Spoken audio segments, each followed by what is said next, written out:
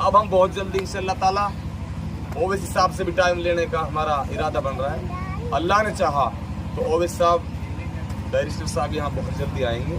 और मैं तो कह रहा हूँ अशोक गहलोत साहब, आपके नेताओं से बोल देना अमरूका में पहाड़ी के अंदर जो आप 7 तारीख को आ रहे हो, जितनी तुमसे भीड़ हो जा करा लेना, जितनी तुमसे किया जा देख लेना। असद साहब को इंशाअल्लाह ताला इस महीने में नहीं तो अगले महीने में हम कामा विधानसभा में उतार रहे हैं। और उसको उतारने के बाद में फिर हम देखते हैं सारे कैंडिडेट बीजेपी और कांग्रेस के एक तरफ होंगे और असद साहब की भीड़ एक तरफ होगी इंशाअल्लाह ताला, इंशाअल्लाह। और 36 बिरादरी की वोट लेंगे, दलितों की भी लेंगे, सिखों की भी लेंगे, मुस्लिम की भी लेंगे और बढ़िया पंडितन की वोट लेंगे। और आरएसएस वाले हो, तुम भी आ जाओ छतरी के नीचे, मत भीजो ओड़ा मार जाएंगे तमन्ने भी। मैं बता रहा हूँ तमन्नू बातन में या छतरी के नीचे था तमन्नू, अब तब मत कराओ आप लोगों को।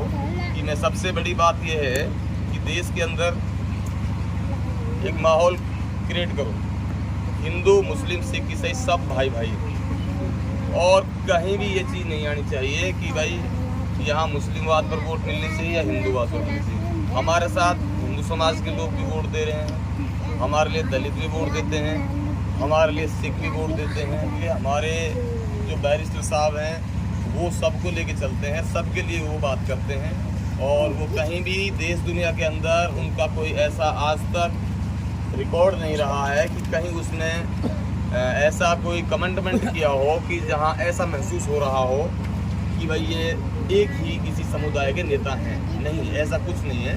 वो सभी समुदायों को साथ लेके चलने वाले हैं और आप सबको भी उनके जैसे विचार बनाने हैं। उनके जैसे विचार आप जैसे बनाएंगे तो इंशाअल्लाह ताला आप सब मजबूत होंगे। एक नंबर 2 बात मैं ये कहूँगा कि जहाँ हमें भेदभाव पैदा करने वाली चीज़ें जो पैदा होती हैं, वो सबसे बड़ी चीज़ ये है कि जो पार्टियां हैं कांग्रेस और बीजेपी, ये हमें हिंदू की परिभाषा भी बताती है, मुस्लिम की बताती है। ये हमें पहचान बताते हैं, ये हिंदू है, ये टोपी वाला है, मुस्लिम है। ये पहचान आप लोग तब खत्म कर पाओगे तब आप अपने अपने गाँव में, अपने अपने ढाणियों में, अपने अपने नुक्कड़ों पर एक पहरेदार बनकर बैठोगे। आपका पहरेदार बनकर बैठना बहुत कंपलसरी है।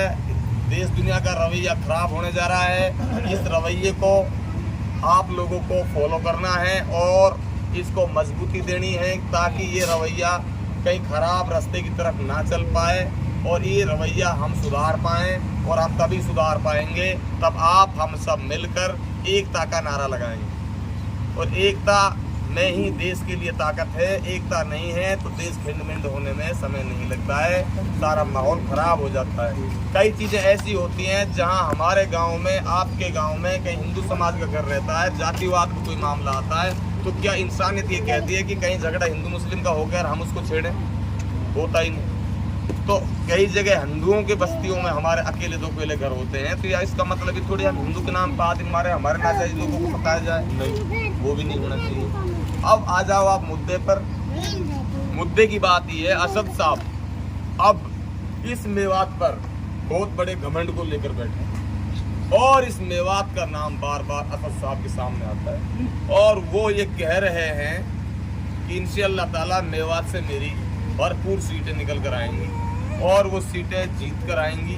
अगर हमारी सीटें मेवात से और राजस्थान से निकल के आती हैं तो राजस्थान की जो दोहरी तरीके की राजनीति आज तक चलती आई है, जो बीजेपी कांग्रेस, इनका जो रवैया रहा है, इनकी जो ये एक्टिविटीज रही है, इसको हम बिल्कुल समाप्त कर देंगे।